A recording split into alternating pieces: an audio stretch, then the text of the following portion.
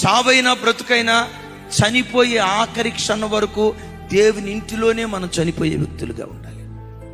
దైవజనులు ప్రెడిఫాల్ అన్న, నేను ఎక్కడో కర్నూలు వెళ్తూ ఉన్నప్పుడు భయంకరమైన యాక్సిడెంట్ అయిందట. వాళ్ళకి కాలు బస్సు వెనక టైర్ దగ్గరికి వెళ్ళి దరిదాపుగా ఈ చేల మండలం ప్రాంతం మాంసపు కండంతా బయటకు వచ్చేసిందట. మంచి దైవజనులు, చక్కటి సమర్పణ కలిగిన దైవజనులు. ఆ మధ్య ఒకరోజు ఆదివారం వర్తమానం ఇస్తా, సంఘంలో వర్తమానం ఇస్తా, ఏడుస్తా ఇలా అంటాడు. ఏమంటాడు తెలుసా? నేను ప్రతిరోజు ప్రభువుని అడుగుతా. ఏమడుగుతానో తెలుసా? హాస్పిటల్లో పోకూడదు, రోడ్ యాక్సిడెంట్ లో పోకూడదు, ఏదో భయంకరమైన అపాయం జరిగి ఆ దైవజనుడు అన్నమాట కుక్క చావు చచ్చినట్లుగా నా ముగింపు ఉండకూడదు.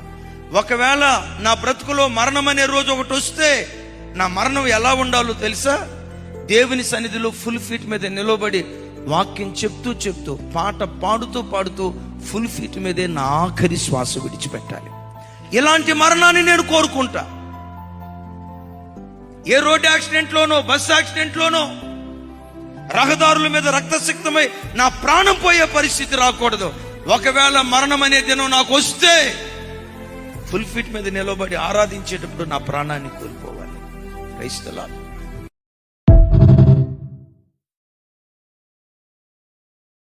Download ShareChat.